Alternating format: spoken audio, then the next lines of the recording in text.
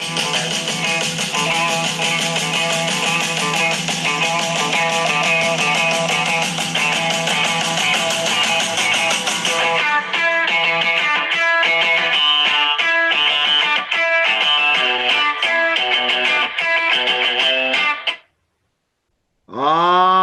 it's great. We're back. This is our first episode. It's been a long discussion, but we are finally here. This is the new podcast that I've decided to run with a couple of my great mates who are very keen to join. It's the all sports show with BT, Harry Keeling, and Kaden Mackey. So without ado, I'll introduce our um, first panel that's going to be joining every week until. Oh, I don't know, when we decide to hang up the boots. It's like football. You don't know when you're going to hang up the boots. So, anyway, let's introduce our guest, our first guest, Caden Mackey. Caden, mate, welcome aboard. Good to see you signed the contract, mate, and keen to join you on these weekly editions of these podcasts, mate. No, thanks, Blakey. Thanks for having me. Happy to be here. It's our Beaconsfield trip on the weekend has turned wonders, and here we are now recording the podcast. So, buckle up, everyone. Yeah. It's all sport time with the three sport enthusiastics. Let's get the show on the road. Buckle up. That's the real question. Imagine what Beaconsfield, it does a lot of stuff and all that. It was a great spectacle down there, but we'll touch on a bit more about there. Next panelist as well, who's joining us as well, is another good mate of myself and Caden's as well, and that is Harry Keeling. Welcome aboard, mate. Thanks, mate. Thanks for having me. Got the late call up, 3:00 today. Said get on, and I'm in for the long run. Don't you worry, boys. Yeah. All righty. So we're handed off. So we've got a couple of things to cover off. You won't just be hearing about AFL. That's bullshit. All you'll be hearing about is pretty much you'll be hearing a bit of Supercoach. We've also chucked in a bit of AFLW as well, with the fixture just been announced. The team of the week that we've decided throughout the week. And of course, lately in every sporting news that just happened. So if you're just listening on, we've got the Wimbledon men's final that we will touch on. The fourth test selection, we'll go through that. The BBL draft, NBL, mate, just everything is on this podcast. And Kate is going to start us off with our first installment of the podcast. So take it away, Doss. Thanks, mate. It's footy, Harry. Talking footy.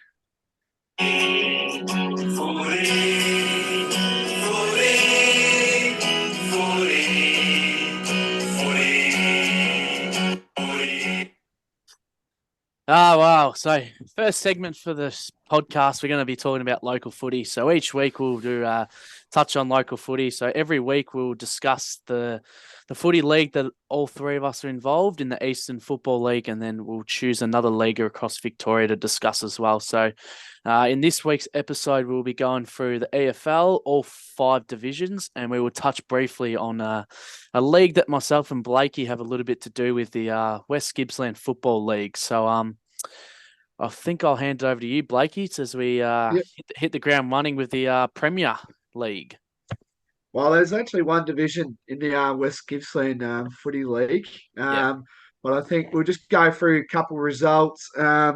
So Coralin defeated Nana Goon, 10-11.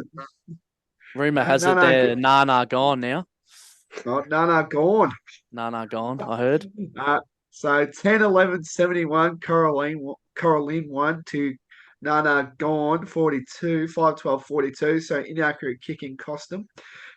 Your Conwackers undefeated at the moment. Inverloch Conwack 15-10-100 to Garfield, 7 behind. So they didn't even kick a goal.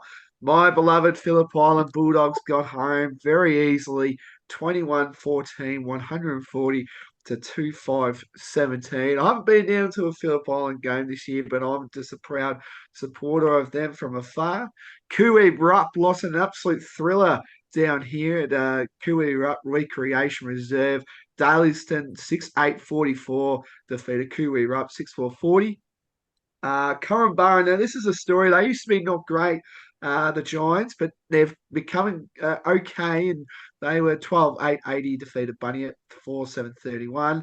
And Tooradin Dalmore, the reigning premiers, defeated Warragul Industrials 9-13, 67 to 7-11, 53. And I have to say, a former Mustang, Jai Jordan with 4 goals.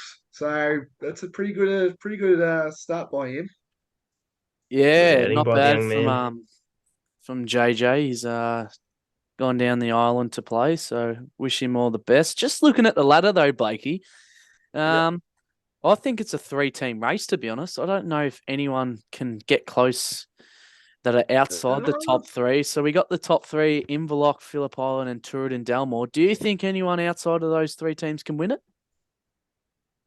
Oh, look, it's honestly a tough one. You have a look at it in all that. And Nana Goon and Phillip Island actually had a draw together. So I don't think they're too far out of it, judging by the ladder. But if you have a look, it's only one game between third and fifth, really. Yep. So it's a tight comp.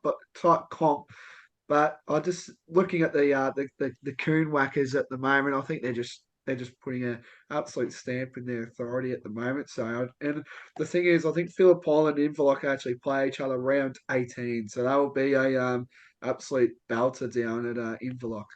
Yeah, I had the privilege to go down and watch Inverloch over Easter, and they did play Goon in round. I think that was round one, and yeah, they Yeah, gave them a good old fashioned touch up there. Inverloch, they were too good, yeah, too good for the Kongwackers.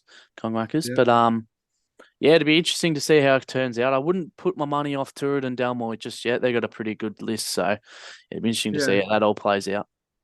Louis Hill as well, VFL listed. I Yep. don't know what's going on with him, but he's a pretty good player. So Yeah, yeah, he was a Eastern teammate of ours, wasn't he, Harry?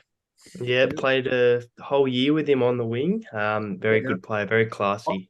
Now, rumor has it you two were the ultimate duo that Eastern Rangers has ever seen. Is that correct? Oh, when he got on the field, it was all right, but never really got on the field, did he? Nah, Yeah, so pretty inseparable off the field at Eastern. Yeah, Um, yeah, still are inseparable. yeah. that's it, mate. So now I think is that all Eastern Footy League as well. If we want to talk a bit about that, boys. Yeah, let's go Yeah, for it. let's do it. Yeah, so I think the biggest one from the Eastern Footy League point of view, Vermont defeated Bourne. Absolutely, I don't know if it's more of a shock to the competition that the Eagles are back. It's a bit annoying for some supporters in the Eastern Footy League, but if you're a Vermont supporter, you'll be through the moon at the moment. They just absolutely ran over the Tigers. I think they kicked 5 goals to 1 in that last quarter. So that was a massive win. East Ringwood again, the Mighty Roos. How good has their rise been, boys? It's just been incredible to just seeing a team from Division One absolutely steering their dominance early. Yeah, they Yeah, showed in the grand final last year their class, their speed, Yeah, their ball use. Their midfield is top tier. Like it's one of the yeah, best in the league, and they've shown it this year again. yeah. yeah, I agree. Um, But even just it's very handy to have a player like Trent Farmer up forward. He's yeah, a very, very good forward, and I rate him very highly. So when you got him yeah. coming out of the goal square, it's pretty And handy. and and I reckon you've got the best player in the comp by a long way. I wouldn't be surprised if this guy wins the medal at the end of the year. James Bealo, he's just going from strength to strength at the moment. And I think another club that's really struggling and really concerning at the moment is South Croydon. They lost to Park Orchards, who are now joined together on wins and losses. It's just percentage that is separating them two now. So South Croydon could be relegated. Who would have thought about that 5 years ago when they won their maiden Division One grand final? First division, South Belgrave just absolutely they haven't stepped off the gas wrong. They've just done what's pleaded. Big win to Montrose over Montana South, who have just been really ugly at the moment. Mitcham did what they had to do. I think they won by 97 points. North Ringwood are in the five. at the moment, and Beaconsfield just got over the line. I think that was also the match of the round, which I covered on the boundary. Had to deal with you two knuckleheads down there.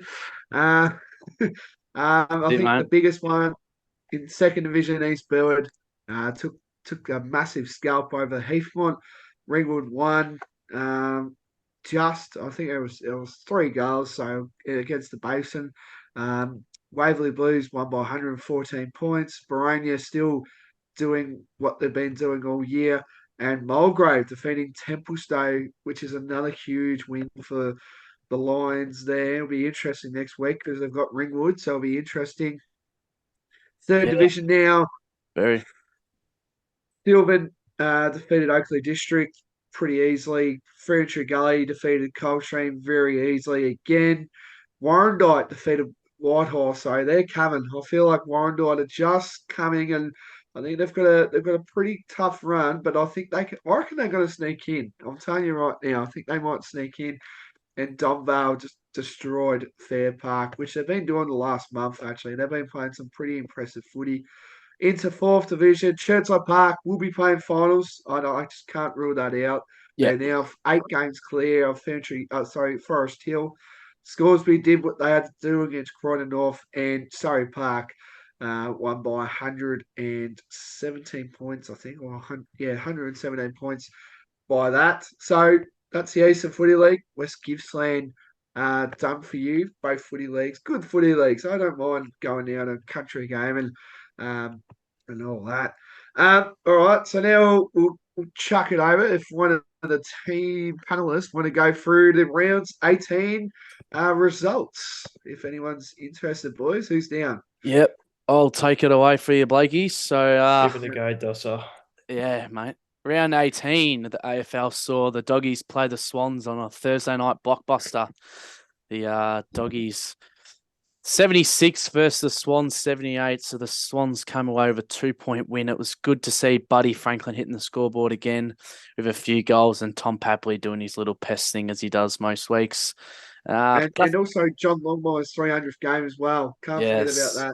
Yep, Yeah. the Huge by the man. horse's 300th game. So huge games from the Bont and Timmy English as well, must I add. So unfortunately, in a tough loss for the Dogs, they were 2 standouts. So we'll move on to the next game on Friday night. Gee, wow, what a game this was, boys. What Game an of the round. absolute ripper. Yeah. Saw the It Demons delivered. take on the Lions, and the Demons coming away 105 to 104 winners. Jakey Malchin, Blakey, talk us through. I think you said, did you go to the game? No, I didn't go to the game. But watching it after my young pup had a night game of footy, coming home and seeing Brisbane just in front and they're doing what they do best, which is losing at the MCG. So it's good. And Jake Melksham, that's a massive story, boys. Can I just add? Yeah, He's huge. a lot of people have criticised Jake Melksham, and is he part of Melbourne's best 22? Is he even a contracted player for Melbourne? Like that's what that was what the talk was about Jake Melksham, about that. But he just proved the haters wrong and said, I want to take ownership by this. And he 100% did. He kicked 2 goals in the last quarter and single-handedly won the game. Really. He definitely did, Blakey. And I'm with the people on Jake Melksham. I was a little bit surprised that he got a contract in 2023. And I think without Bailey Fritsch going down, I don't know if Melksham does get that opportunity. So it's actually a really good story. Like someone goes down and someone steps up. It's shows big Melbourne's depth and their ability to. Just to add as well, Fritsch is a massive loss to Melbourne. Like I reckon he's their most consistent forward. So, and having Melksham to do what he did was just incredible. Yeah, I agree. Yep. Sorry, just quickly doing this. So we move on to the next game at the MCG. My Magpies took on the Fremantle Dockers, and it's fair to say, the Dockers haven't been great this year, have they, boys? Not by any standard. I think ever since they've lost Rory Lobb, they've just gone. Ever since they've gone a bit pear-shaped. Ever since they've lost Rory Lobb, That's when they've gone downhill. Yep. So Rory Lobb's gone downhill since leaving as well. yeah, he Yeah. has. He has. He The thing is, played. who's going to kick goals for him though? That's the question I asked at the start of the year. Like, who's going to kick goals for Fremantle? That young Oh, Jai Miss coming through next couple of years, he could be huge for them, but Yeah, they need someone now, not in a couple of yeah, years. They need someone right now. yeah, yeah. yeah, That's what I did jot down for this game. I said, is Fremantle's lack of scoring ability going to come back and bite them in the butt? Like they've got Jai Miss there. Matty Tabin is probably their go-to forward, who unfortunately is out with injury. yeah. But yeah, Got Rory Michael Lobb. Walters, who's struggling. Yeah, I Yeah. just don't know if he's someone to kick a 50 goals for you though. But I don't know he's that kind of man. yeah. Yeah. Did you And, guys watch the game or see any of the no, highlights to this game? I couldn't because I was down at Beaconsfield, mate. So I Yeah, couldn't actually check any. But I just saw it was just a Dacos clinic, really. Josh and Nick. I think they combined for 60 plus disposals together. So yeah. yeah, But the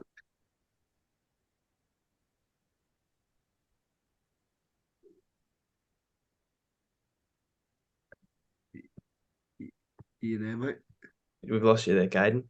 We lost you, mate. Well, Caden's having some technical difficulties, but I think we can both agree that the Dacos need to Yeah, calm down. I think it's more of a yeah, question now of how many votes will he win by, not if he'll win the Brownlow. I yeah. think I think you. I he's getting wouldn't be into that surprised. territory right now. I think I wouldn't be surprised if he wins by 12 or more, mate. There could be a record broken this year, both votes Well, polled and votes won by. the most is 36, and that was set by Dustin Martin. I So think that could be beaten this year, if I'm being honest. yeah, so it's going to be a tough one for the Brownlow. Like I think he's just you can pretty much just give it to him now. I reckon has. I think you can pretty much pencil him in. I think it's just going to be a case of who can get close for that runner up, really. Yeah. You got, So I think he's a runaway winner here. yeah. Since Caden's disappeared with a few technical issues, that's fine. We'll go through the next one. The Stewie Jew curse. Oh, Jesus. geez, this is a big one. The Morning Coasters, the Gold Coast Suns. sorry about that, everyone. Just a bit of technical difficulties, but we're back. So yeah, we'll continue on with the Collingwood game. I think it's getting to the point of the year now where I think we're asking how much Dacos will win by instead of will Dacos win it. Do we tend to agree there? 100%. Yes, I think so. I think you. I think I he's wouldn't already be. got it in the bag. Yeah. I wouldn't be surprised if he wins by more than 10 votes at this stage. Yeah. That's what I'm getting at the moment. I wouldn't be surprised. Yeah. I wouldn't be surprised if he's creeping up towards the 40 vote line as well, and maybe even pushing further on from that. Yeah. Yeah. I don't know whether he can beat Dusty's record, but I think he'll definitely give it a run for its money. But I don't know whether he's got it in him to beat it. So we'll move along to the next game. Gold Coast versus your boys, Harry, the Saints. Yeah, Gold Coast big ball by us. 11-77 defeated the Saints 8-3-51. No Stewie Jew, no worries for the Saints. For the Suns, sorry. Harry, do you want to give us a bit of a rundown on the Saints, mate? Oh, I don't really know what to say. We played poor, struggling up forward. Missing that key forward in Max King really does hurt us. A lot of injuries last week, like 4 injuries. Doesn't really help when you lose 2 big boys in Zane Cordy and Max King either. But then again, on the day, Gold Coast were just far too good. Yeah, agree. Sam Flanders probably had his best game of his career, you could probably say. Yeah, Helps he was him. very good. Very good. So, I got a question for you, Harry, coming from a St Kilda supporter like yourself. yeah. Are you guys pretenders, or do you think you can make finals and not just be a number in the finals? I think we've showed throughout the year we can bring it with the likes of even the Pies, only losing by a goal to them, a goal to Port Adelaide. It really shows we can do it, but we just struggle against those bottom tier teams every year. It's the same thing year in, year out.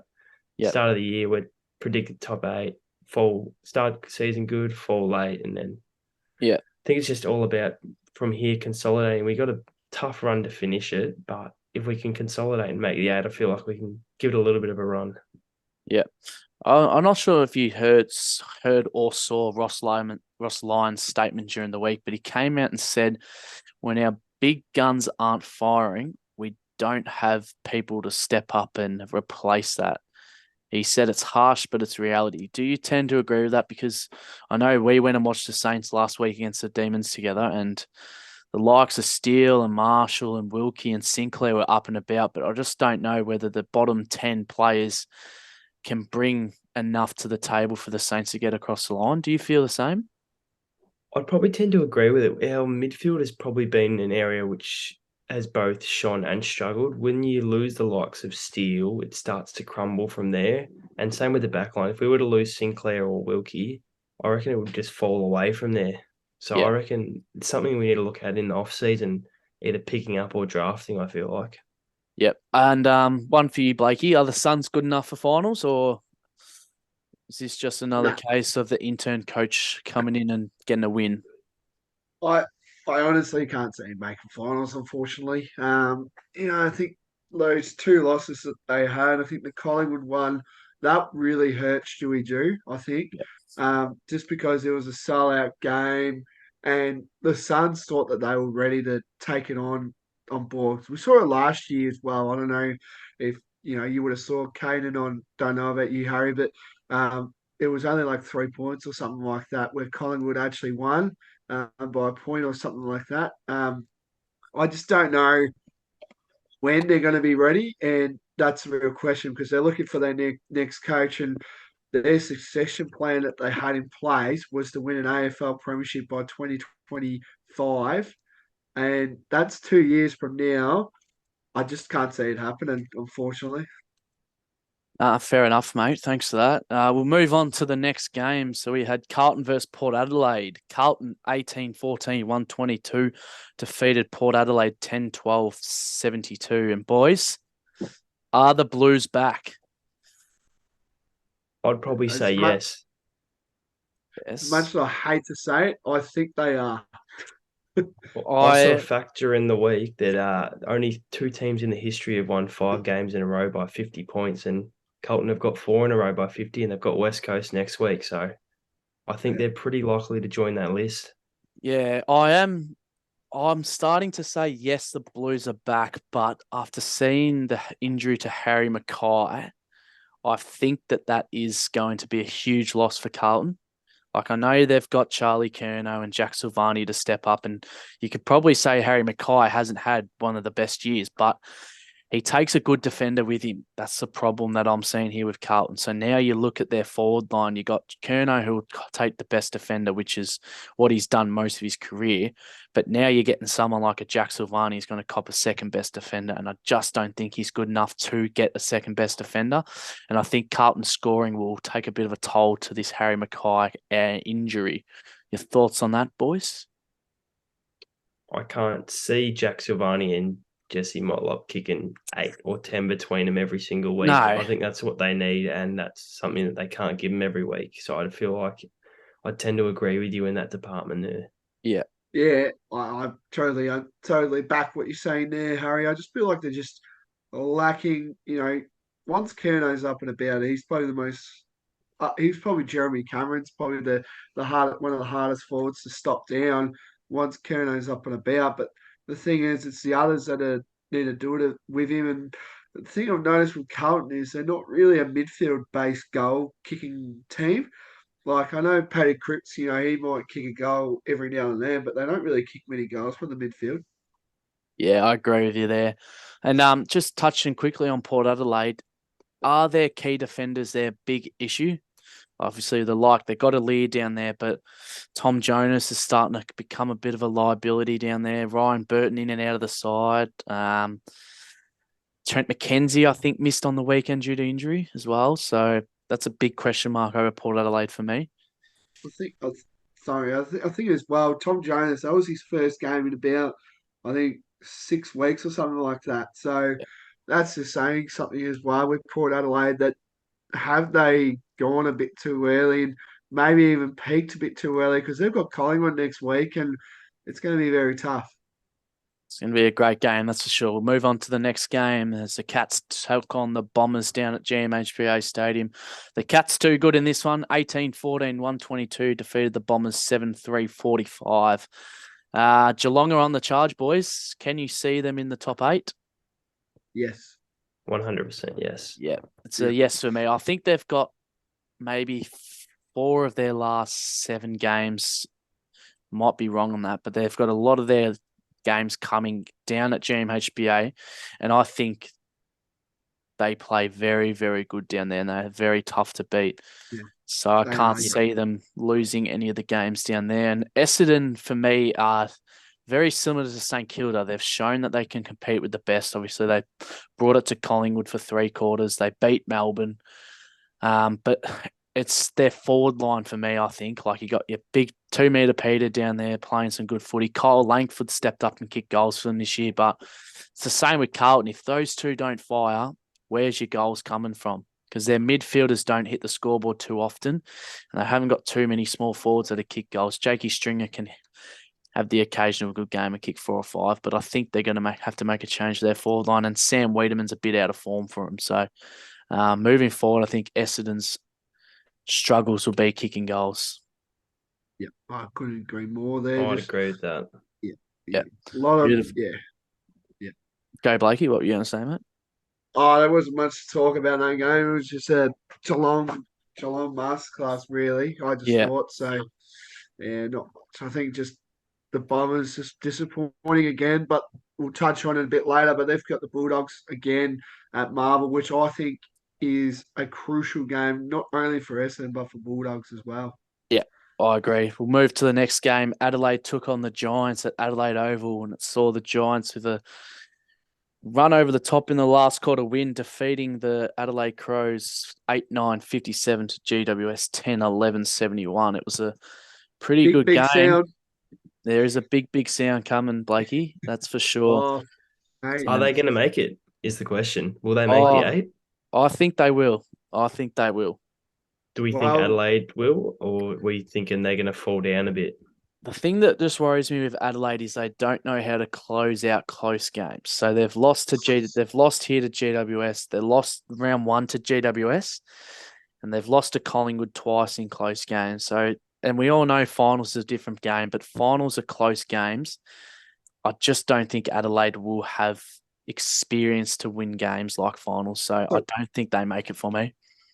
So Adelaide have got Melbourne next week. Yep. At the MCG. So I don't know where you guys are going to put that.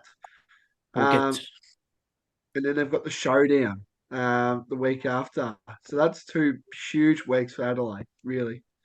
Yeah. Need a scalp from one of those 2 games, really, to keep their hopes and it's just the fact that they travel so poorly away from the Adelaide Oval is what worries me as well with Adelaide. They're turning into Brisbane kind of thing, really. Yeah, they are. And that's, I don't know. I'm not too sure why. They got a really good list. And yeah. And I think we got to watch out for Rochelle. No, that was just unacceptable. Yeah. I mean, that wasn't in my good books. I'm sorry. I think he just got too ahead of himself. You know, yes, he's having a pretty good year, but he didn't have to do that. And he went way over the line, I thought. Yeah, for sure. We'll move on to the next game. Bit of ego getting into that young man. Yeah, definitely, for sure. Move on to the next game. North Melbourne took on Hawthorn at Marvel Stadium on Sunday afternoon, which saw the Hawks runaway winners 12-16, 88, defeated North Melbourne 6-4, 40.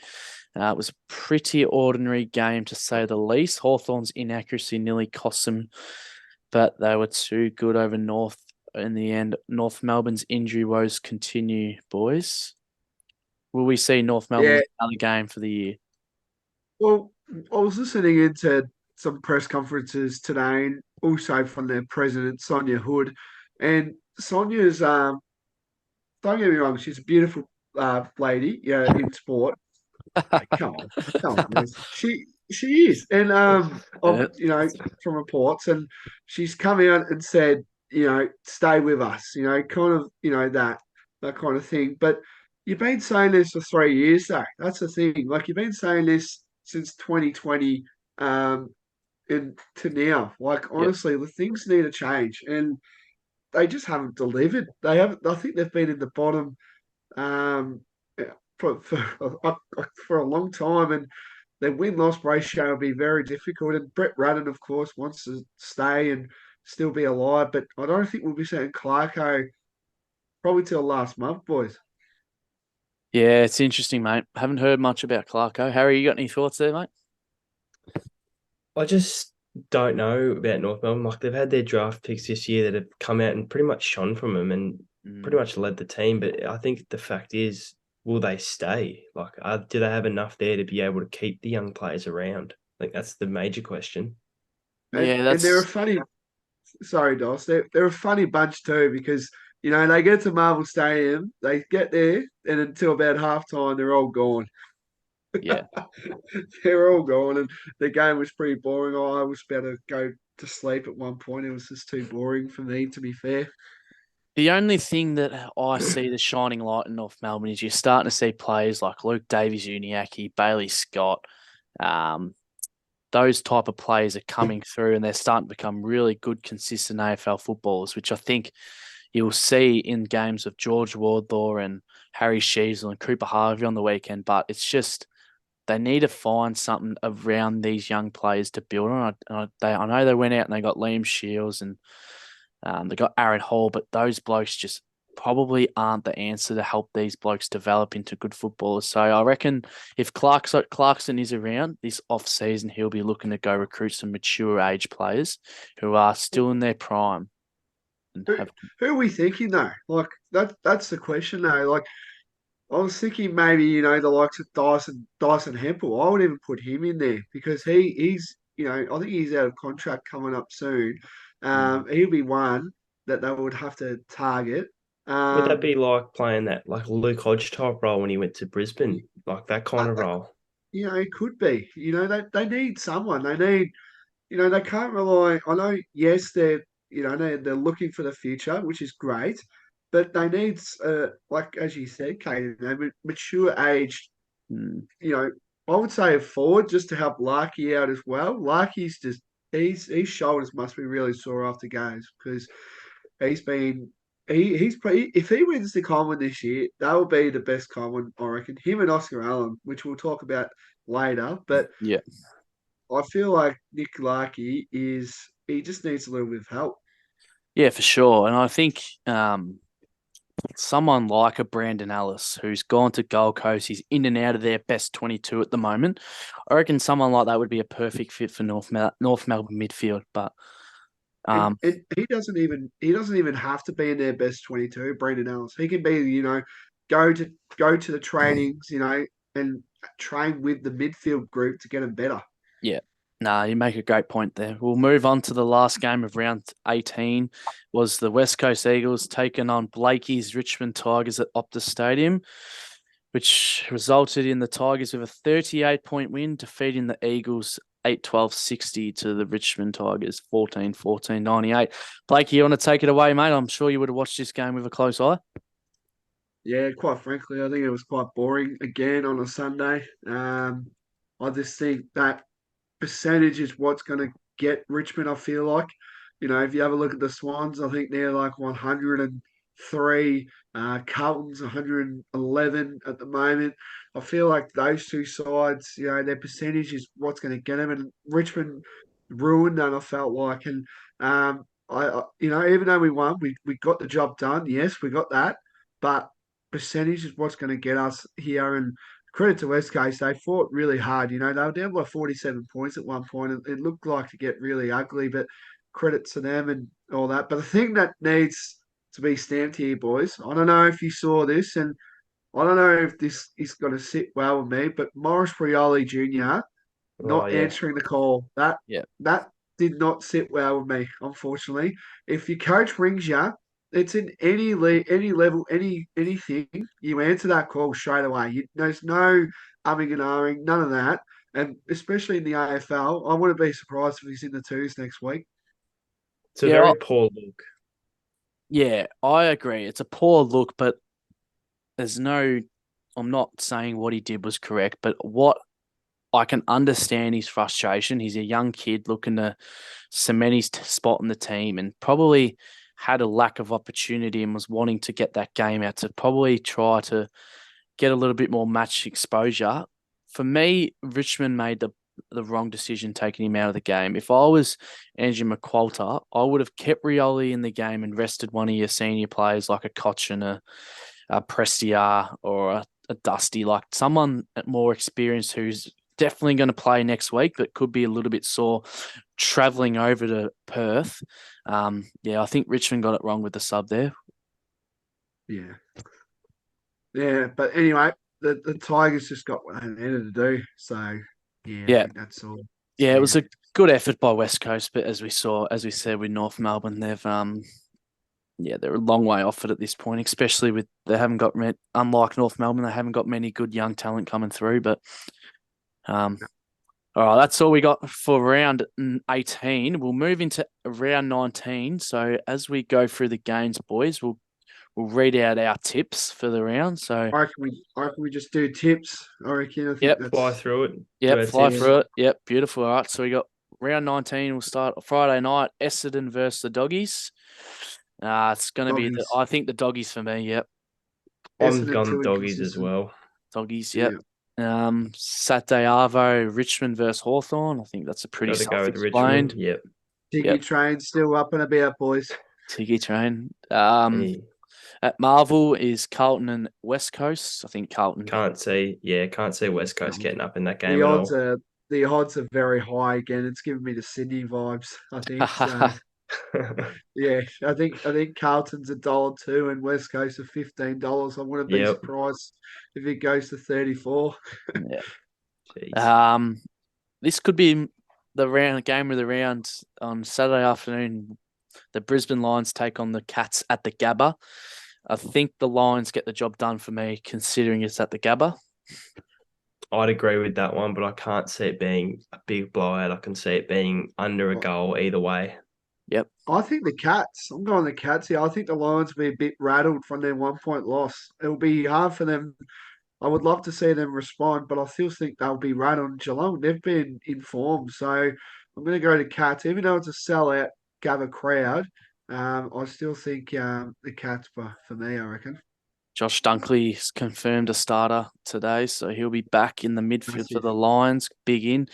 Saturday night at Optus Stadium is the Freo Dockers versus Sydney Swans. I reckon this will be a very close game, but considering Fremantle's poor performance last week, I'm going to have to go with the Swans. They're up and about, back in the finals contention, but I think it'll be a close one, but it's Sydney for me. I've got Sydney as well, but I've got them winning by outwards of 4 goals, I feel like. I just feel like Fremantle aren't quite at where they need to be right now. I feel like Sydney are going to run away with it. Yeah, Sydney for me, boys. Blockbuster at Adelaide Oval on Saturday night. The Port Adelaide Power take on my Collingwood Magpies, and it's battle of the Magpies. The battle of the Magpies. It is. Make sure Eddie's not watching. Don't tell Ellie. It's going to be a close game, but I don't tip against the Pies, so I'm hoping they get the job done. You boys? I've gone with the Pies as well for this week. I'm going for the Pies, but I want a Port Adelaide response. I feel like if they're going to be a top 2 side this year, they need to respond. Yeah, for sure. Sunday afternoon sees GWS take on Gold Coast at Marnico Oval. I think GWS will continue their hot form and get the Chockies here. I'd agree. Big sound, boys. It's coming. Coming. But yeah, I think they're going to win. 3:20 at the MCG on Sunday is Melbourne take on the Crows. We touched on the Crows before, not travelling well away from the Adelaide Oval. So Melbourne for me. Yeah, Melbourne. I've gone a different way here. I've gone the Crows to respond. And with the Crows. Just have a feeling Melbourne coming off their 1-point win, only coming back late though, and getting over the line. I feel like Adelaide may get off to an early start and might be able to hold on and learn from their mistakes later on in games. Will Rashali play though? That's the real question. He won't play. Did he get fined or suspended? I think he got suspended. 2 weeks. He got 2 weeks, and he won't get off that. Yeah, he won't get off it. There's no chance. So, but I think even without him, I feel like they've still got a chance. I'm going to back him in this week. Yeah, for Yep. sure. And we'll move into the last game of round 19, sees the Saints take on North Melbourne. I'm going a bit flip side here, boys. I think North Melbourne will win this. Just don't know I've about the gone Saints at the moment, but I think I've North. gone with my Saints, but I'd be wary because we do tend to struggle against the bottom teams. Yeah, I remember last time it was a boring game as well. There wasn't much scoring, but the Saints got the job done. But yeah, it's a hard one. It's. I think you got to go the Saints, just judging on North Melbourne's form. But they have been okay. But and it's also, I think we've got to say it, boys. It's the Brett Radden Cup. I think that's another one that we've got to touch on a bit. So the Brett Radden Cup. Geez, I think Rats would want to get up for that because after what St Kilda did to him last year, so I think he'll be rearing to go to beat his old side. yeah, for sure. We'll move away from the matches and we'll move into our top 8 predictions for the last few games of the year. I'll kick us off. This is not in any particular order, but I think the top 4 is pretty settled, and I'm going to go with Collingwood, Port Adelaide, Brisbane, and Melbourne to make the top 4. And then the bottom 4, rounding out the 8 for me, is going to be Geelong, Richmond, the Bulldogs, and I've got GWS sneaking in at 8th spot. Blakey? So you got St Kilda and Essendon to come out. Is that what you got? Yeah, I think GWS and Richmond replace them too. Yeah.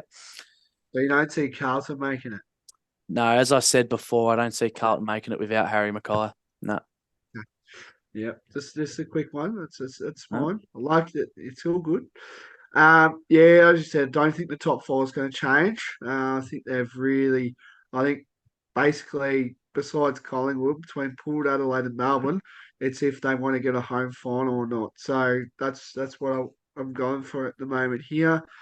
Geelong in 5th, they've just done enough to uh, get there. I think in 6 spots, I think I'm going to go the doggies here. I think they deserve where they want to be. And I think I'm going to go Richmond and Carlton to round out the 8th. So 7th Carlton and then Richmond 8th. Nice, Blakey. Yep. I've done a ladder predictor. I've got Collingwood to take out the minor premiership, followed by Port Adelaide, Brisbane, and Melbourne, round out the top 4, which I think we've all agreed those 4 teams are the 4.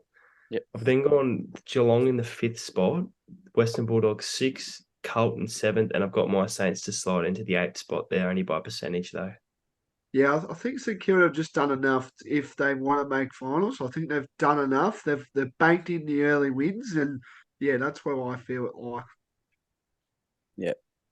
Very interesting, boys. We'll briefly touch on some super coach and fantasy. I'll start off with I do a super coach draft league, and I actually do fantasy as well. So, 2 rounds to go in the fantasy league, which sees me sitting in 8th spot. Got 2 pretty comfortable games in the last 2, so I'm pretty confident I can make the finals in the fantasy league that I do with one of my workmates. So, and a huge contribution to the How Good's Footy podcast. So a shout out to those boys. Keep up the great work, lads. And my Supercoach draft league, it's starting to get spicy in that league. It's a few controversial trades have been made, and there's a bit of fuel in the fire. But I'm currently sitting in 5th spot. But 2 very tough games to round out the season. So hopefully I can get the chockies and make my first finals appearances. Do you boys do super coach or fantasy? Yeah, I Blakey? do. I'm having my worst year to date. Let's face it. Been a tough Shocking. year. Just that it has been a very tough year. I think I'm sitting second bottom. I think a majority I'm second bottom. So enough for me from Supercoach. You won't be hearing anything about that. Harry? This year I got to about round 6, and Willis fell off the wagon. I forgot about it, so I haven't touched it since round 6. So she's not looking too good, sitting second last like Blakey there. So no good for me either. Yeah, All right. it's a rip off this year. I'm sorry for me for Supercoach. So Oh, we'll move away from Supercoach fantasy talk as a lot of us saw during the week, the release of the AFLW fixture. It's finally here. season starts on September First. First, yes, September 1st, yeah. September 1st with Collingwood taking on Carlton at Icon. Anything stand out to you, boys? I think the big one that you've got to do is, of course, you got the showdown happening. I think that's always a big crowd in, and I think as well probably. I think you got to look at the Hawthorn Essendon game and Melbourne, the reigning premiers, kicking start their season against Collingwood. I think that's my three big games. Yeah, I don't really have too much. Like how they've starting to integrate into the men's and putting it in around the finals time, get people watching it. I really like that. Like last year, I remember not having anything on that week in between the finals, being able to sit back and watch the women's footy was actually kind of nice. So Yeah. I'm liking that they're doing it again this year. Yeah, I agree. That's something a question that I was going to put to you boys. When do we think we'll see a full AFLW season? And do you think we'll see them run at the same time as the men's, or do you reckon it'll be a separate event as you spoke then, Harry? You go, Blakey. I just think it's just not gonna it's just the way this world kind of runs, really. Unfortunately, it's really bad. I still don't know, and I still want to believe in that AFLW will be full time by 2030. It's a hard one, unfortunately, because everyone's so interested in the men's sort of things, which it's pretty bad if you're a female and you're trying to play the sports that you love and all that. It's pretty hard, but I think they've done a really good job. I just can't see it happening because plus you got to watch out for the Big Bash and the WBBL. Like that's just another competition. I think that's the word that you'll use. All the competitors. So yeah, I just can't see it happening, unfortunately. I'd agree with Blakey there. I would love to see them get up and about, maybe even some ideas into the future, play it before men's games, something like that, just to get people down and watching the games at least at some points. Yeah, for sure. Have we got any predictions early on in this for the season, boys? I'm a little bit some would say a TC, but a little bit controversy. I actually follow the Brisbane girls in the AFLW, so away from the Pies. So a little bit of background story about that, but we won't go into too much detail with that. But I That's think another story. that's I that's think for another time. yeah, I think you can't go past Melbourne. I think Yeah, I'd Yeah, agree with that one there. yeah. No, I'm glad we all agree on Adelaide that. Adelaide are always there. Brisbane are always there. Collingwood also, Bulldogs. I think that's in Carlton. I think that's the only sides that you really got to look out for, I reckon. I Yeah, just hope that it's an even spread like the AFL is this year. You've got from probably let's say 5th to 15th, all close together, fighting for that 8th spot. I'd love to see that in the women's as well. yeah, Yeah. for sure. All right, we'll wrap things up with the AFLW there. So we've still got heaps of time before their season gets underway, but we'll move on to the team of the week that we came up for. So the BT, HK, and Dossa team of the week in the AFL. So we have agreed on a side of 22 from last round's games. We thought these players were the best performed in their position. So from the back line, we got Daniel Rioli, Sam Taylor, Noah Bolter. Half back line, Carl Amon, Darcy Moore, Daniel Houston. Centre line, Josh Dacos, Marcus Bontempelli, Earl Goulden. Followers, we got Maxi Gawn after his dominant display, Nick Dacos and Tommy Atkins. Across the half forward line, Christian Petrarca, Charlie Curnow, Tom Papley. In the forward pockets, Jamie Elliott and Toby Green, and at full forward, Tom Hawkins. And sitting on the interchange bench is Jack Silvani, Jesse Motlop, James Warple, and we got Messi, aka Grant Myers, to round out the 22 team of the week. So that's all we got time for our footy talk. So I'll hand over to Blakey for the next sport. All yours, Blakey. Yeah, I think the big one now, this is where we start to get into some pretty big topics heading away. We've just announced of course, some footy stuff, but we're going to move away from the footy just a little bit at the moment. Of course, what happened on Monday with the Wimbledon men's final. It was unbelievable. Can I just say before we touch on the match between Carlos Alcaraz, I think that's his name, or Alcaraz with a C. Alcaraz. There you go. And Novak Djokovic. Um, how good's the walk, boys? I don't know if you've seen, but the walk they do when they enter centre court, it's something to know. Like you walk past some people in the clubhouse, kind of like what you do at Lords, and you see all those bloody old pricks wearing their suits and tie, and giving you a bit of lip and all that. Um, how good is it, boys? It is good. It's kind of like an underrated thing. It's like in the AFL walking out behind your banner. It's kind of like that, I guess. That's like their banner to walk Yeah, through. yeah, it's pretty good. And how good was that? So a 20-year-old, so my age. Sorry if anyone's listening there of the age of 20 there.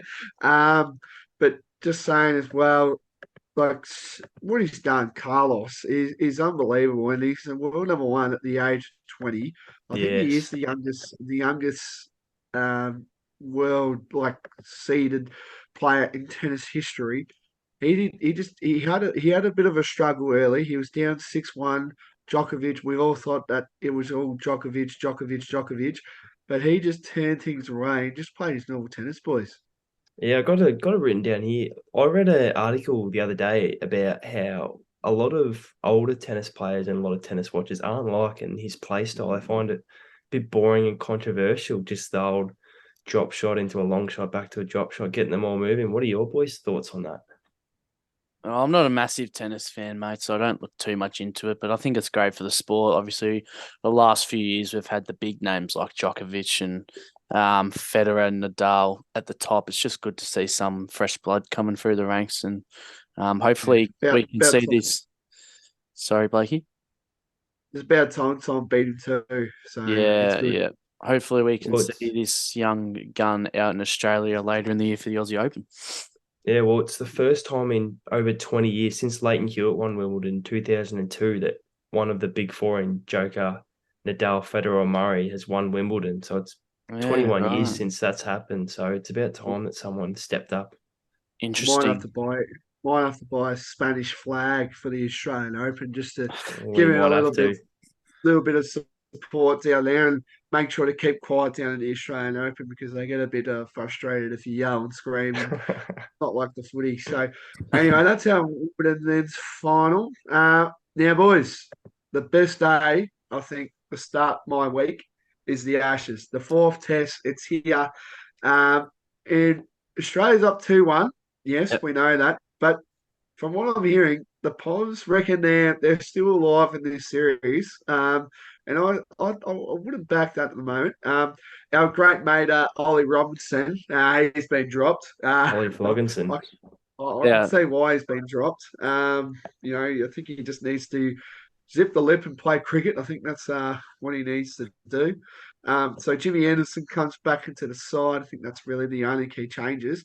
And Yeah. Australia's side, they're a funny bunch because they don't actually announce their side till the coin toss. So you know what we're going to do? We're going to be Pat Cummins here, boys. So we And are, Blakey. we're going to decide who our 11 is. So who's going to start us off, boys? Who's going to pick the 11? I'll give you my openers. I've gone for a bit of an unconventional one here. I've gone Head and Kawaja to open. Drop Davey Warner. I'm just not a fan of him, honestly, but he just hasn't done enough for me to keep his spot. Yep, Are we the doing same. a combined XI or are we doing one each? Just a quick I think, question. Mate. I think we can. I think we can do one. We can do Yeah. one each. They can agree on one. What are you got any other thoughts for openers? Well, I just think Warner keeps his spot. I You don't reckon he know. does? I just think he's done enough. Obviously, last test he was a little bit poor, but I think But he's done enough to keep his spot in the side just for one more. Obviously, if he fails his test, then it's probably time to um Give it up. move him on. But I think he's done enough to keep his spot, Blakey. I think he's so too. But the thing is, Old Trafford's usually a fast outfield. So if he can get the ball going early, like he did, I think in the first test, We made that quick fire 30 yeah, odd early. 60. I think it was a 60. I don't Yeah. know. I don't know if it was the Lord's Test or the second innings in the first. If he can do that, yeah, in quick succession, you just can't play that stupid shot he's been playing. He's been getting out to Broad all the time. Believe it or not, the English have actually ordered a T-shirt now of David Warner pretending to be Bart Simpson and writing, "I don't want to get out to Stuart Broad." If you watch The Simpsons at the start of their episode, so the Barbie Army are going to be into him from ball one, David Warner, and he's one of those players. We all saw it last summer where he scored 200 last summer. So he's one of those blokes that can do it. Um, but yeah, it's all up mentally for him.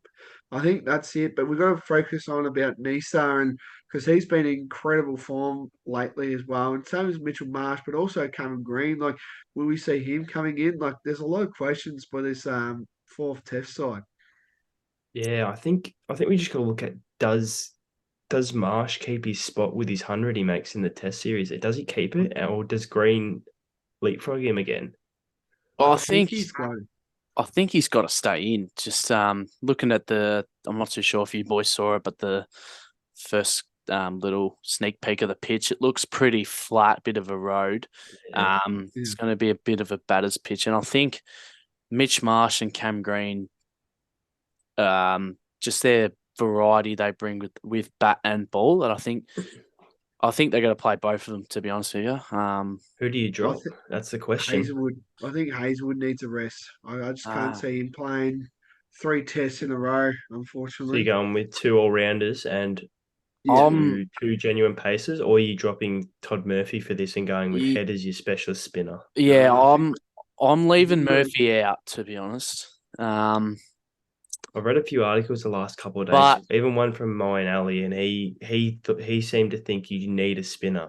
yeah, but even if you do pick Murphy, I think then Hazelwood would come out because you do have Stark and Cummins to take the Yeah, new ball, and then you got Green and Marsh to pitch in, and you sort of got your four seamers plus Murphy. But it's just whether the Aussies would like to go five seamers with Hazelwood and then Head as their Yeah. specialist spinner or not. But anyway, let's focus on our 11 boys. What are we going with? we got Labashane and Smith. They're penciled in at 3 and 4. Yeah, Yeah. yeah. Travi Head It's at just 5. yeah, Travi out at 5, and then it's just about this bit here. Who do you pick? Do you I go think you go. Marsh Green? I think you got to go Marsh. You got to figure. You got to pick a keeper. So obviously Carey gets the nod there. And I think Green will go at 8. You're going Um, Carey ahead of Green. Really? See, I'd go Marsh, probably Head Green, Marsh Carey is what I That's would what I go. would go with as well. I'd Mm, leave Carey to bat at 8. yeah. Then you bring Cummins Stark. yeah, And then it's a hard Hazelwood one. line. Hazelwood or Murphy, sorry. Murphy. Murphy will keep his spot. I feel like he will keep his spot. I Then you think go just Murphy at 11. Yeah, Yep. Hazelwood. I think Hazelwood might get a rest this one, just in case it goes to a five test match series. You can bring him in. Yeah, So I agree. that and then that brings back pressure on, the likes of Warner, even Marsh, Green, that sort of stuff. Like that brings pressure on them, to keep them. I'd Is Sure. that agree. all you guys want to talk about with the Ashes, boys? I think we've covered most of the stuff there. Is that all good? Yeah, Yeah, let's just hope just to see a win from the Aussies and go Yeah, up hope so. 3-1, get that Stick earn it up, back. stick it yeah, up the ponds. let's The just hope Yeah. Tinies. Johnny doesn't go walkabouts again and stays in his crease. Johnny Walker, mate, keep walking. Johnny Walker, keep walking. Yeah, I think and just to stick it up the palms with the tiniest of trophies, which is Yep. also great. It's Another thing that unreal. got announced during the week is the BBL draft.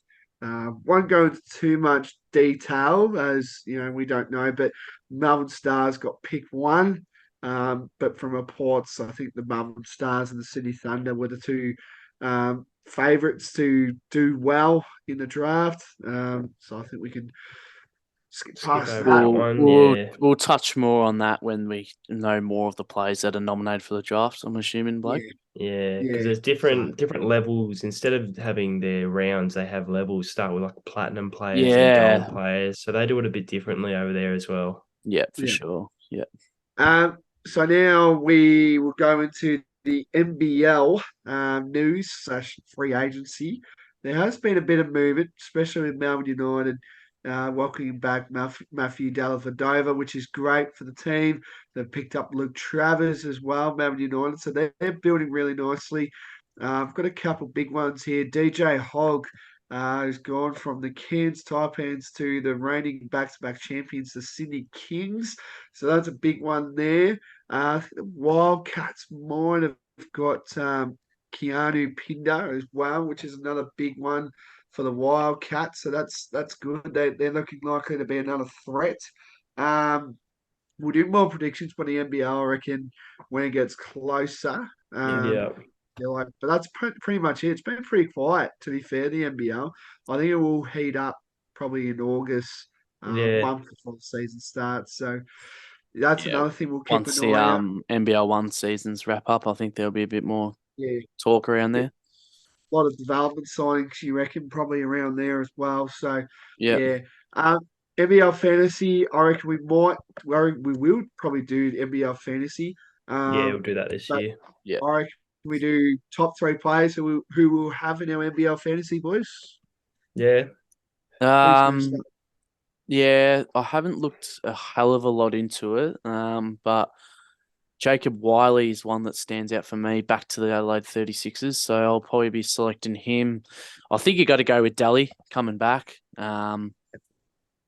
And geez, this last one's pretty tough, isn't it? You got to go Cotton, though. Yeah, he's I feel like you Yeah, have to I was going to say take it. Cotton or Creek, but we'll go with Bryce Cotton. Yeah.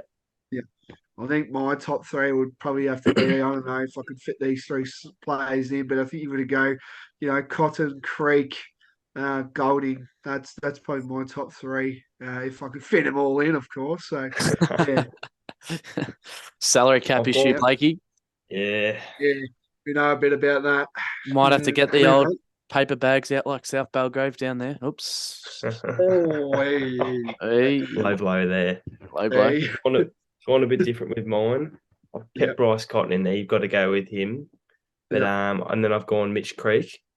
And I've yeah, actually gone with a young bloke from the Cairns Taipans who's just been signed. Taron Armstrong coming over from college basketball. I knew yeah, him when I was younger, one of my best mates from Tassie. yeah. Was in the NBA Academy 2 or 3 years ago, so Yeah.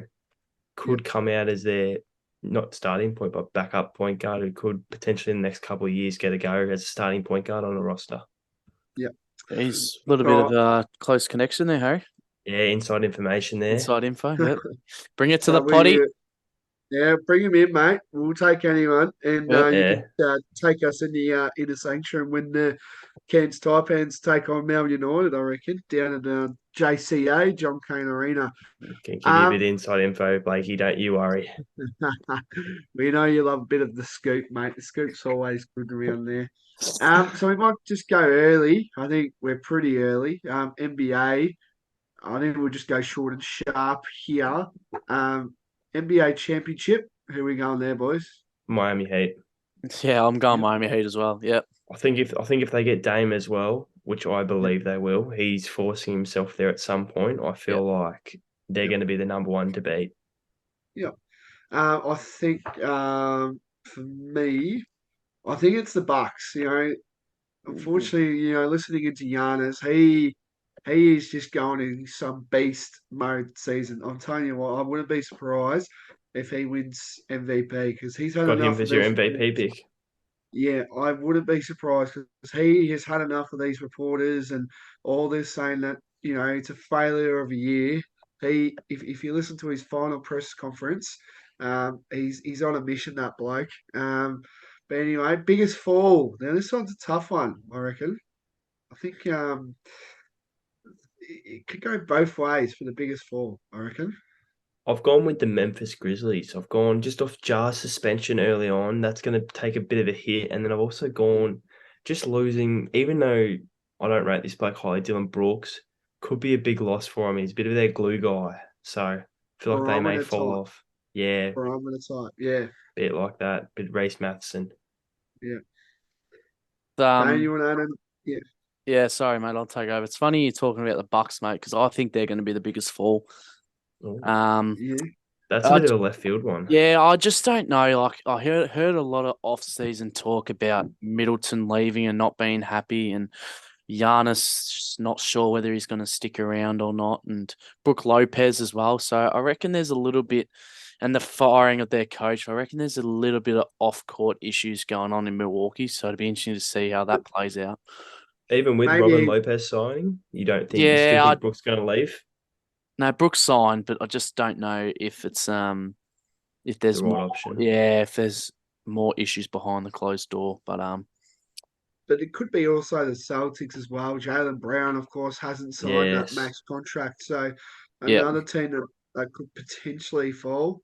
But yeah, MVP boys. I think I'm going to go Giannis here, boys. I feel like, as I said, he's on a mission this season. I feel like. yeah, I'm going with Luka Doncic. I reckon this is his year to take over. Gone with Shy Gilgeous Alexander. Ooh, OKC on the rise last year. They could keep if they keep going that direction.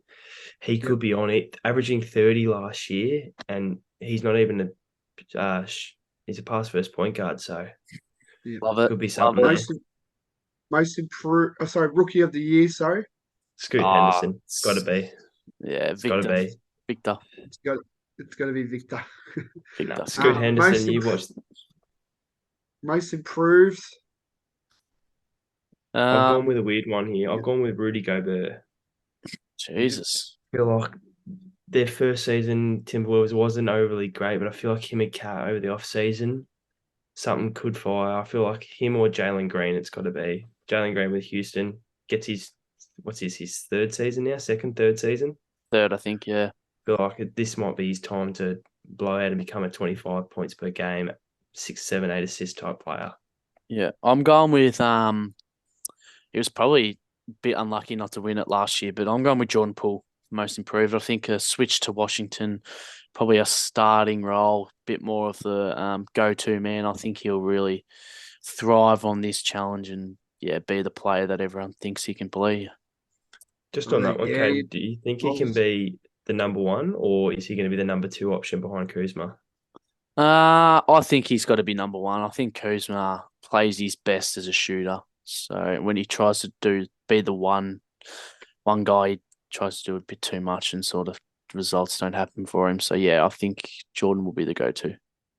I think yeah. I'll back that in too. I was going to say that too before you stole it off me. So I think yeah, Jordan Poole. I think the two biggest ones of the trade, well, the free agency they called there. Where will Harden go, boys?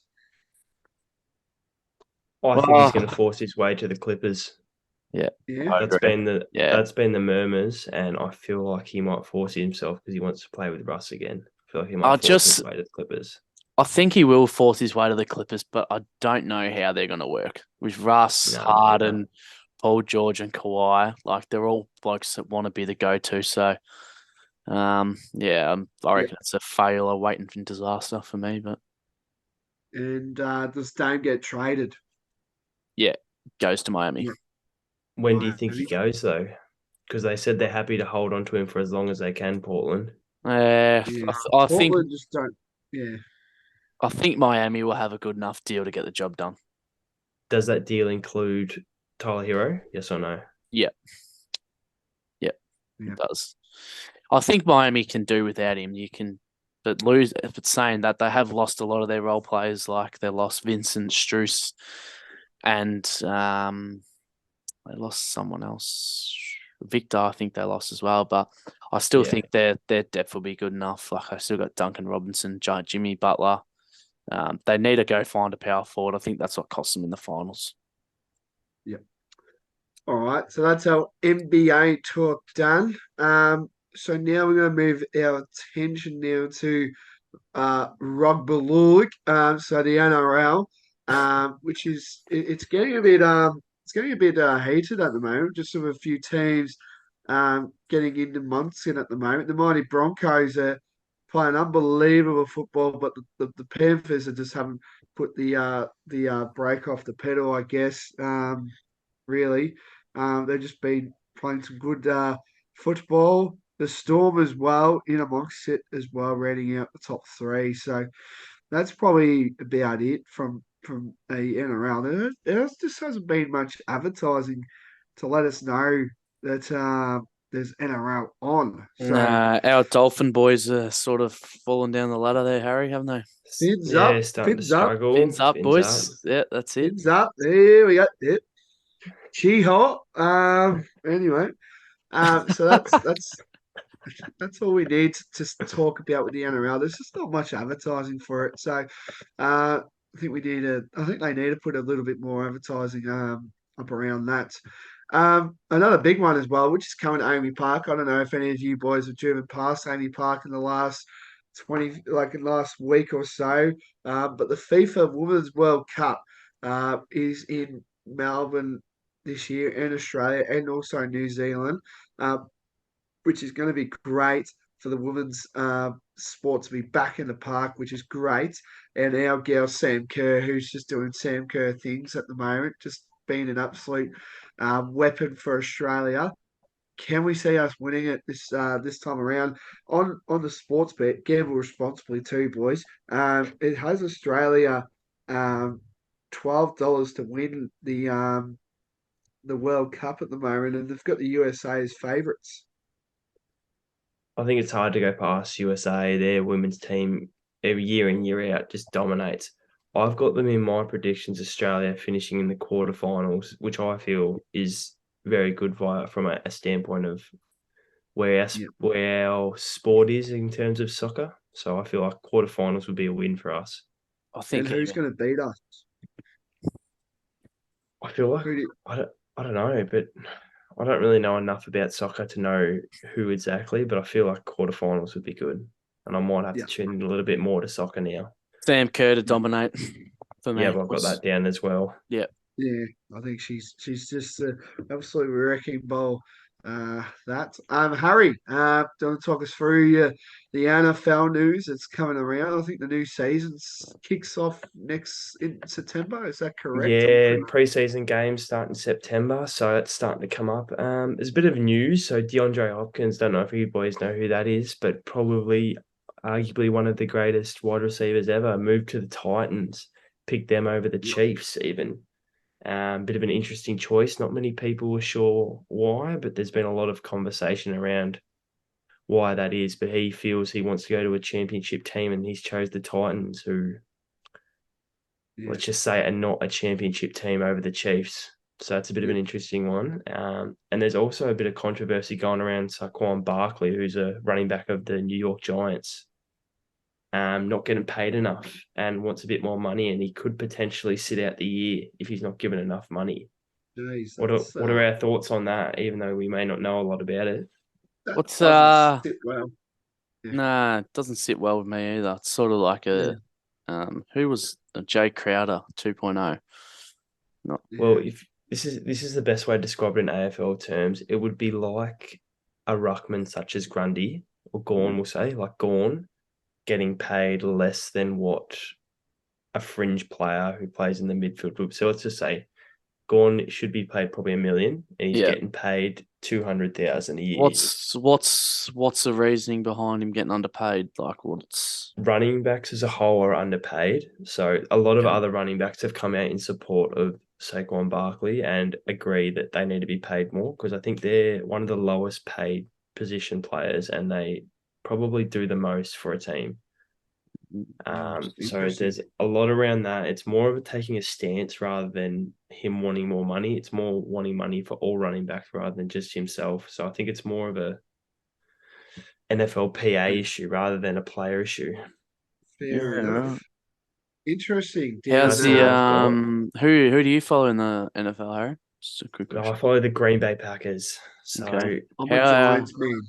Giants fan. Yeah, I'm a Kansas City fan. So how are they looking? They're looking good. Always Mahomes at the wheel. Kelsey is these two, man. So that's always good. Could be a bit of a stir up this year though, with Aaron Rodgers moving to the Jets. So they could be one under the radar that could fly through and could potentially make a Super Bowl this year. Yeah. So that's one to keep an eye on. Yeah. So Harry, with the NFL news there. Golf, I just don't give a rat's ass about golf. Uh, any of you boys want to fill me in on the golf just from a Caden neutral can point of take it view? away. Yeah, I'll take it away, Blakey. So, not sure if you saw over the weekend, Harry. I assume you would, but Aussie Cam Smith had a victory at the London Invitational, I did see that. defeating fellow Aussie Mark Leishman by one shot. So it's good to see the Aussie boys playing some nice golf in the LIV tournament, and we saw Rory McIlroy take out the Scottish Guinness Open. Just a bit of background information for you, Blakey. Myself and Harry are pretty big PGA fans. We get on the PGA 2K23 on the PlayStation. We play this course a fair bit, the Guinness Scottish Open, so we know what it takes to win there, don't we, Harry? We do. It's a tough course, that one. He's actually the first player to ever win all three British National Opens ever. Yeah. So it's a big achievement by Rory, especially being from, where's he from? Up there in Europe somewhere. Yeah, So I think he's Ireland, isn't he? Is he Ireland? maybe not. I don't know what he is, but he's up from Some, Europe He's got somewhere. he's got an England flag. I know him. yeah, I think he's Yeah, so it's big somewhere for like him that. to win the British National Open, to be the player to do that. So I'm Yeah. sure he'd be very proud of that. And speaking about the British, the Open Championship begins this week. Played at Hoylake, so I don't know when the last Open was played at Hoylake, but Not for a while. yeah, not for a while. But I reckon Rory's got a massive chance of winning this as well. Harry, what do you think? I think he does, but I think the major question is, do we think Cam Smith can defend his title? Coming off a win as well, both of them. Do we Yeah. think either of them have a chance? I said this last year around Cam Smith. I don't know whether he plays the conditions too well, but then he came out and won the championship. But the only thing that worries me is being on the Live Tour. The conditions are a lot different to what they are in the British Open. So it's all about the first round for Cam. If he can get off to a hot start, then he's definitely gives himself a chance. Yeah. Who's your prediction for the win, do you reckon? I had Rory. Yeah, I've got Rory, but I wouldn't be surprised if a left field player would win. Probably a more European country type player. Maybe a Tommy Fleetwood for his first major. Yeah. Even Shane Lowry seems to always pop up in the British Open. So There's a new young kid coming through that I can't remember the name of, but I saw him who will be on when the President's Cup played. He'll be playing for Europe. Yep. And I wouldn't be surprised if he gives it a run for his money, because I'm pretty sure he's from around that area and it could be potential for him to win his first major. Yeah, beautiful. Alrighty, so that's our golf news there. You guys, I think you guys are running that because I just golf just it makes me go to bed kind of easily. I'm more of a caddy driver. For a few of you. So if you ever need a caddy driver, hit me up. I'm happy to go for a Thanks, little mate. spin on the old caddies. What about a drinking partner on the course, Blakey? You happy to help us out there or not? I wouldn't mind having a few Canadian clubs or a few couple beers down the golf course, which would be pretty nice. Drink responsibly there as well, listeners, as well. Um, so just a quick one as well. So now we're going to move into our segments. So we've got three now, obviously, because we've got three members. If you had enough, if you're still listening, but there's three. So we've got Doss's multi. That's a big one, but that's going to be the big one, I reckon. There, myself, I got my roughie of the week, and also Arrow, where I roast an absolute team. So parental guardians, please switch that off to M or MA plus 15 for that one. And Harry Keeling is going to do what caught his eye on the weekend for any team or anything that caught his eye. So we're going to kickstart Doss's multi. Here we are. Yeah, so welcome first week of Dossa's multi. So each week I'll do a 5-leg multi with a combination of different sports. Played by Sportsbet, so shout out to Sportsbet, and just remember, gamble responsibly, 18 plus. First leg of Doss's multi is going to be Rory McIlroy to finish top 10 at the British Open. I think he's a shoe-in to do that. As myself and Harry spoke before, we think he's a good chance of winning it. So top 10 shouldn't be an issue for Rory. Second leg of the multi is going to be the Australian Matildas to beat Ireland in their first match in the FIFA Women's World Cup. Third leg, I think the Aussies are going to take out the fourth test and bring the Ashes home. So that's another one. Two more to go. We got Melbourne Storm to beat the Newcastle Knights in the NRL. And I've gone a little bit left field in this last one. I spoke about it in the tips, and I think Sydney to beat Freo is good value. So you combine all those 5 legs together, you get $19. So chuck a fiver on that, and you'll be to the TAB in no time for a pot and a palmer as well. So, but I'll also add in a little leg that I thought is good value, and I think it's time for him to. He will do this. Is what I'm trying to say. Is Davey Warner will score over 25 runs in Australia's first innings at the fourth Ashes Test against England at Manchester. So is that a Dossa special?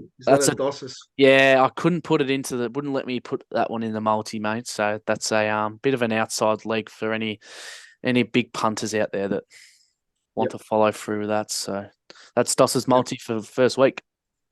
Yep. So as always, boys and girls, if you're listening on, gamble responsibly. It's a big one. The helpline and all that's there. So make sure ring that if you're struggling. Especially during the spring carnival, you might get might have a few calls down there, and we'll touch on a bit later on. Just quickly, when the spring carnival rounds, there will be a few quaddies that we will be throwing out to you guys. Oh, yes, we will for sure. Yes, we will be for sure. So, just giddy up. Yeah, few whip the cunts, J-Mac. So don't worry about that. Anyway, so now the next one is my one. So my roughie of the weekend. Looking forward to this, Blakey. Come on. Yeah, give us a good one, mate. And then my arrow for the weekend from last weekend. So I'm going to start off with the arrow first. I think you're going to go the good last and the bad first. So I think my arrow this week, we touched on a bit about local footy. And I think this one needs a big one because the Wantirna South Football Club, for Christ's sake, you bloody started the season red hot, and now you've lost 5 of your last 6 games. I don't know what's going on down there. I honestly don't know what's going on behind the scenes. Whatever it is, you've got one of the best players in the competition that's not standing up, not naming who. We don't like naming names. But honestly, get your act together, Montana South. That's my arrow there for that one. I'm just disappointed with them. Last couple of weeks, I don't know if there will be any Montana South. You wouldn't want to listen. And then my roughie for the weekend. So that arrow was just for the whole weekend. I think that's really all you need. So, and then my roughie for the weekend, I think you've got to actually think about it with the AFL going on and a lot of other sports happening right now. I think for me, my roughie this week, it's going to be a hard one. You know, there's a lot of hard games and all that. But at 20, I wouldn't be surprised, right, in the AFL. This is the AFL. If the Suns can get over the Giants, that'll be huge. You know, if there's Stephen King, so that's going to be my roughie. So I think that's a good roughie. I feel like for the roughie of my week. You guys back that? Yeah, love it, Blakey. Yeah, don't mind it, Blakey. I thought you would have gone a little bit more off field with the roughie, but that's all right. Yeah. Yep. And Harry Keeling, what caught your eye, mate, on the weekend? Not the weekend. Something actually happened today. It was a little bit of a talking point, probably talked about more over the next few weeks, is Dan Andrews coming out and cancelling the Commonwealth Games in Victoria. Budgeted for 2.6 billion and could not up it to 7 billion. What are our thoughts on that? Dan Andrews is a cockhead, so it doesn't surprise me one bit. To be honest, he can throw billions of dollars into a vaccine for a cold, but he can't support the Commonwealth Games, which is I listened to Harry Garside on the news tonight, and he was pretty disappointed. So your hearts go out to the athletes that were looking forward to competing in front of their hometown, but unfortunately, Dan the Man ruins things again. He's not the man. So, yeah, he can get on the beers. I feel like he needs a beer because there'll be a bit of backlash during, I reckon, the rest of the week, really. So, um, yeah, well, boys, is there anything more to add to the first episode? I think I've covered everything. Just I I covered got I everything got I need. I've got one thing just to add that I think we forgot. It's great to see Stewie Dew over in England with the cricket team, getting a second Yeah. chance at coaching. Yeah, So good to see. fantastic to see. All the best, Stewie. So, do we Love you, know what his Stewie. role is, though? Do you feel like it's more what Joel Selwood's doing with the mentoring, or is he permanent, or is he? Yeah, that's the real question. I think he's going to take over Davey Warner as the opener. I think maybe. Bit of Bit of Mark a Cosgrove about him. No, I bit think of Stewie maybe he's providing the lollies for the team. I'm not too sure. bit of Recream the Dream from the West Indies. I feel like there. Yeah. Nah, good on him. If All the best to him. if any of you boys know who Recream the Dream is, Raheem Cornwell, the do big we man ever? himself. yeah, Do he we missed ever? out on the tour. I just want to see him playing against Australia down under, which would be pretty good. I think that wraps up the first episode. Well, boys, we got there. It was a We've lot of made it. hard work, but a trip to Beaconsfield is what got us over the line. So yeah, nice little down the coast, 40 minutes or whatever it was. And it wasn't good for you boys in the green and gold, but it was a good car trip for that as well. So that's the first episode wrapped and done pretty much now. So we're going to do this, as I said, until we want to hang up the boots. I don't know when that will be, but it won't. It will be a long time. It won't be like Stewie Jew's career. It'll be longer than that. Um, so yeah, stick around for the ride and a lot of bumps, but we'll still be here. So this will be weekly. Yeah, all you need to know in 1 hour really. So make sure to stick around. There will be a lot of content. So Instagram letting you know they'll be our main provider to let you know when the next episode's out and etc. So stay tuned. But for now, have a good week. If you're on the punt, good luck on the punt. If you're watching the footy, good luck to your teams. And if you're watching local footy, support your team, but don't heckle the umpires. I mean heckle the umpires. Sorry. I mean, don't heckle the umpires. But anyway, enjoy and love footy and enjoy yourselves for the rest of this week. Thank you. Good on you, Thank you, boys. everyone. See you next week if you're still See you listening. next week.